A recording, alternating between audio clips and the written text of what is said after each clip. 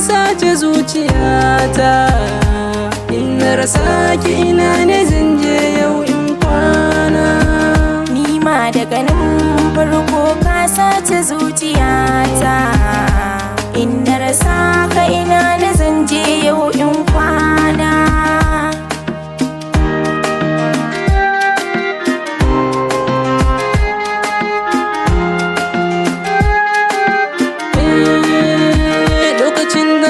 Da ganinki na gane cewa na kamu, komai cak ya tsaya a zuci soke damu. Kaso biyo ni sarauniya lambun so zan kai mu, ko Laila da Majnun sai dai su bi bayan mu. Su kira ki da sarauniya ko kwance gimbiya, babu ke na sani san ba zan yi aure ba.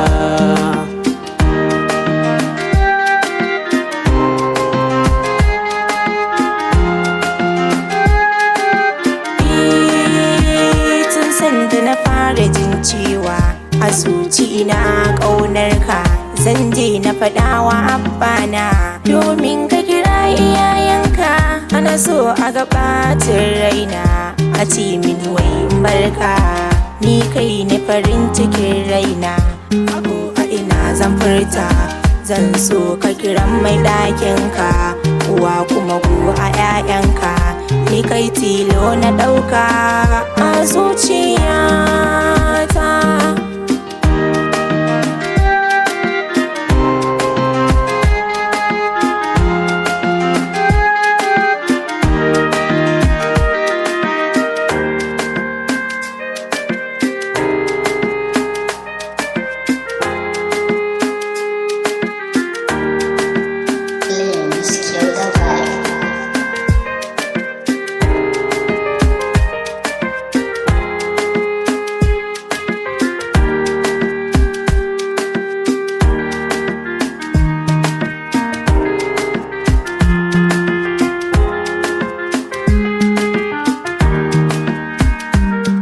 Daga nan farko ka sace zuciyata.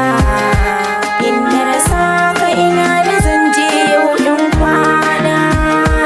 In ba ke ba sai rijiya, kina da kyau ya zinariya, saki ya riga da har yayi tsiro a zuciya. Dai sa'ar samun ki masoyiya, domin ke ɗin kin kasance a zuciya. Zan zagaya nahiya auren mu bayyana, ni da ke ce a bar kauna kuma ke dince maradina. Wasu sarƙoƙi nake ji sun ɗaure zuciya.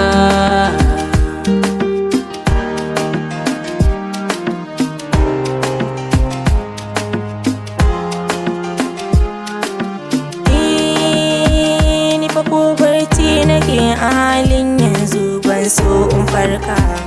Allura cikin ruwa na gani kuma za ni tsaya na ɗauka.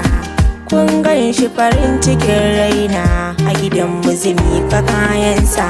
'Yan mata duk kwalelanku da na yarje da aurensa. Allah ka tsare shi mai sona daga sharrin masu sharrin nan, dan shi tilo na ɗauka a zuciya.